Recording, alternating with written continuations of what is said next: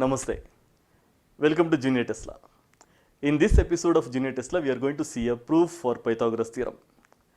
Pythagoras theorem states that if you have a right angle triangle, the square on the hypotenuse is equal to the sum of the squares on the other two sides. It's a very old theorem. There are hundreds of proofs for this. Many mathematicians have written proofs which are simple, complicated, extremely hard. Some of them they use a lot of different branches of mathematics and so on. Today in this episode I am going to show you one latest proof. Okay, it's latest among all these proofs. That is one of the specialities. The second speciality is that it is found by a politician. The theorem's proof is written by a politician, and that politician's name is James Garfield. He was the 20th president of United States of America. Politicians and mathematics, a very rare combination here. So he was discussing with his fellow people, okay, fellow politicians in the Congress, and that is when he came up with this proof. So he just took a piece of paper and he wrote the proof in less than 5 minutes, okay, and he found the proof in 1876, and in 1881 he became the president of America. But unfortunately, he could not serve his term. In 1881 itself, within completing some 7 months in the chair, he was assassinated by a person. So 1876 he found this proof, a very beautiful, simple, elegant, interesting and a very innovative proof here. So what he has done is, he has taken a right angle triangle, okay, with the sides ABC, where C is the hypotenuse. And next, what he had done is, he had taken the same right angle triangle and he had placed it by a tilt of 90 degrees. Okay, so ABC, this is one right angle triangle, and the same right angle triangle is drawn here, keeping A as the base and B as the height. So here in the first place, A was the height and B was the base, and next to it he had kept the same triangle, keeping A as the base and B as the height. Now this is one single line, straight line, okay, and this is the hypotenuse C for both the triangles, because the height and base are same. And then he had connected these two vertices, okay, so these two line points are joined by a line. Now this is 90 degree, this is 90 degree, and this is one single line, so definitely these two sides are parallel to each other, okay, but only thing is, this is a little lengthy, so this is a longer side, this is a shorter side. So when you are connecting these two vertices, this line joining these two vertices is not parallel to the base. So that means this is a trapezium, right? So what do you mean by a trapezium? Trapezium is it's a geometrical object where it has 4 sides and 2 sides are parallel and 2 sides are non-parallel. So here we have 4 sides, correct, and 2 sides are parallel and 2 sides are not parallel. So therefore this is a trapezium. Now what we are going to do is, we are going to find the area of this geometrical figure using at least 2 different ways. So in one way, what we can do, we can apply the formula for area of a trapezium. How do you find the area of a trapezium? It is equal to half into the base length into sum of the parallel sides, correct, half base into sum of the parallel sides.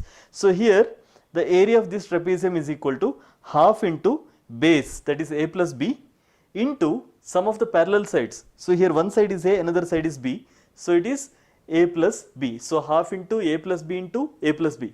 Remember, here first A plus B is the base, total base length, and another A plus B is the sum of the parallel sides. So it is nothing but half into A plus B whole square, or equal to half into A square plus B square plus 2AB. You can just apply algebraic identity and you can write this line, right? So this is the area of the trapezium. Now this trapezium is also the total area of 3 geometrical pieces, correct? So we have one triangle, right angle triangle here, then we have another triangle, and then we have another third triangle. So if you find the areas of these 3 pieces and add them together, that is nothing but the area of the trapezium. So how do you find it? So area is equal to first piece plus second piece plus third piece. Now first piece is half AB, so it is the right angle triangle with side A and B, so half into base into height is half AB, plus second piece. So second piece is also same triangle, okay, so again the area is half into A into B. Then the third piece is third triangle. Now this triangle is also a right angle triangle. Why? Because if you have taken this angle as theta, then this angle will be 90 minus theta, correct? Because it is the same right angle triangle. So in the right angle triangle, one angle is 90 degree, the other two angles will be theta and 90 minus theta, correct? So if you have taken this as theta, this will be 90 minus theta. Now the total angle is 180 degrees. So theta and 90 minus theta are removed. So what is remaining will be definitely 90 degrees. So that is why this is a right angle triangle. Okay, the yellow shaded region is a right angle triangle with the base as C and the height as C. So the area of this triangle will be half into C into C, base into height, half into C into C is half C square. So half can be taken outside, and what is remaining is AB plus C square, or 2AB plus C square. Now you can just equate these two areas, because if we are talking about the same region, right, the same figure, so both the areas are equal.